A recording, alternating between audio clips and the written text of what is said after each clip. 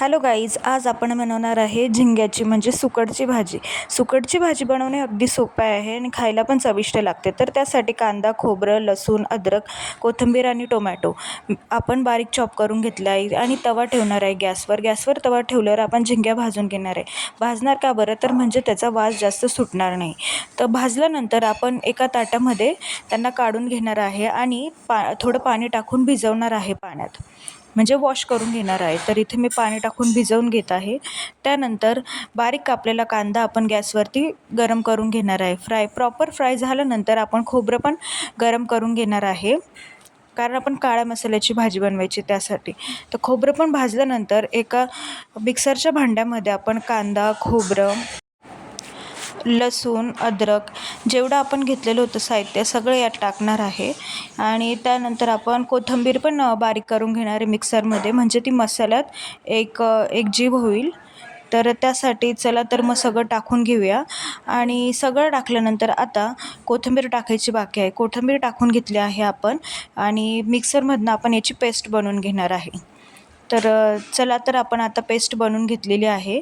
तर कढई ठेवली आहे आपण गॅसवर. कढई थोडी तापल्यानंतर त्यामध्ये आपल्याला मोहरी चांगली तडतडून द्यायची आहे. मोहरी तडतडल्यानंतर त्यामध्ये आपण थोड्या प्रमाणात जिरे टाकणार आहे, ते पण आपण तडतडून द्यायचे आहे.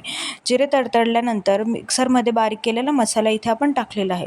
तर मसाला पण आपल्याला फ्राय करून घ्यायचा आहे, म्हणजे त्याचा वास आपल्याला सुगंधी मस्त येईल. त्यासाठी आपण मसाल्याला तेलात भरपूर फ्राय केला आहे. आणि बारीक चॉप केलेला जो टोमॅटो होता तो आपण इथे आता टाकणार आहे. आता आपण मसाले टाकणार. तर मी इथं सुहानाचा मसाला यूज केला आहे. तर सुहानाचा मसाला टाकल्यानंतर आपण आपला जो घरगुती मसाला आहे तो पण इथे थोडा टाकणार आहे. आपल्याला पाहिजे तसंच चवीनुसार आपण इथे मसाला ॲड करून घेणार आहे. आता आपल्याला पाहिजे तितकं आपण इथे लाल तिखट टाकणार आहे आणि हळद.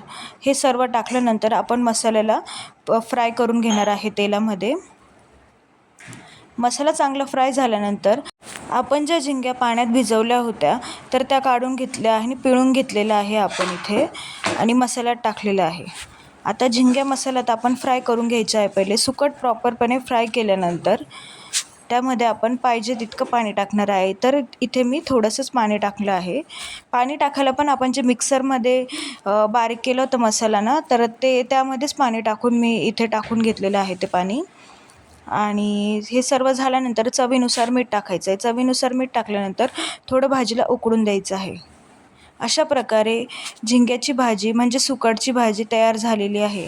व्हिडिओ आवडली असेल तर लाईक, कमेंट, सबस्क्राईब करा आणि शेअर करा ही व्हिडिओ आणि बनवून पण बघा.